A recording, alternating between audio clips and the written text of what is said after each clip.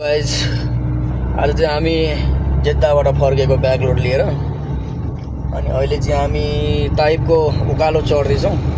ताइपको उकालो पनि 40-50 किलोमिटर उकालो छ अनि अगाडि गएर ठाडो उकालो छ 10 किलोमिटर जति।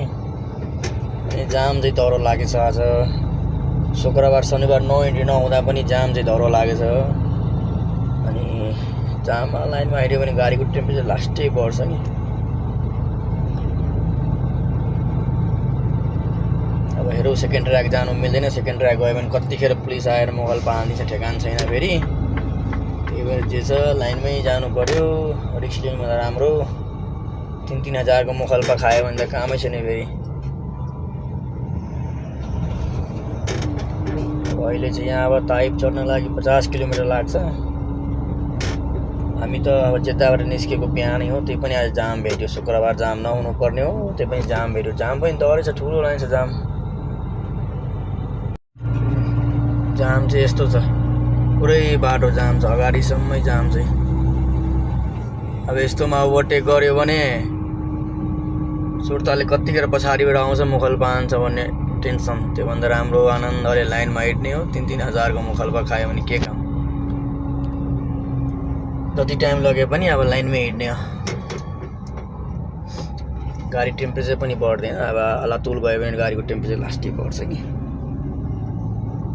यस्तो छ कन्डिसन। अगाडिको पछाडिको कन्डिसन पनि यस्तै छ। हेरौँ साइड ग्लासमा अब देखाउँछु, पछाडिसम्मै पुरै जाम छ।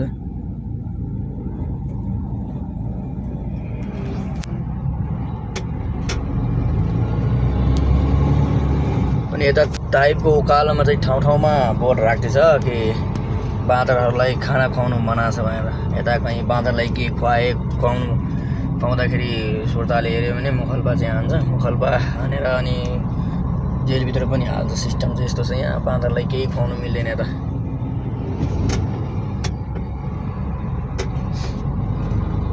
त्यस्तै हो, पुरै जाम छ। अब यस्तोमा सेकेन्ड ट्र्याक समायो भने कामै छैन, पुरै जाम छ। फर्स्टै ट्र्याकमा हिँड्नु पर्यो। फर्स्टै ट्र्याकमा यहाँ चाहिँ हेरौँ, यहाँ छ बोर्ड कि बाँदरलाई केही खुवाउनु मिल्दैन भनेर। केही खुवायो भने यसको ब्यान्ड छ यहाँ खुवाउने।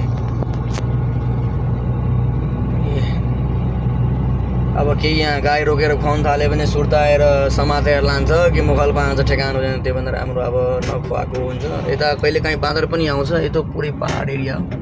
यस्तो पुरै पहाड एरिया हो, बाँदर पनि आउँछ। दुईपट्टि पुरै पहाड हो, बिचमा चाहिँ बाटो छ कि। यस्तो एरिया हो, यो दुईपट्टि पहाड हो।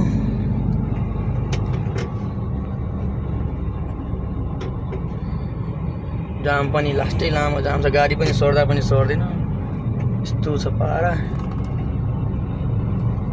अरू देशको गाडी जस्तै अब यो बरानीको गाडी चाहिँ अब सेकेन्ड ट्र्याक गइरहेको छ। अरू अब चाहिँ साउदीको गाडी गयो भने गाह्रो छ अलि। बरानीको बाहिर देशको गाडी चाहिँ अब सेकेन्ड ट्र्याक जानु मिल्छ।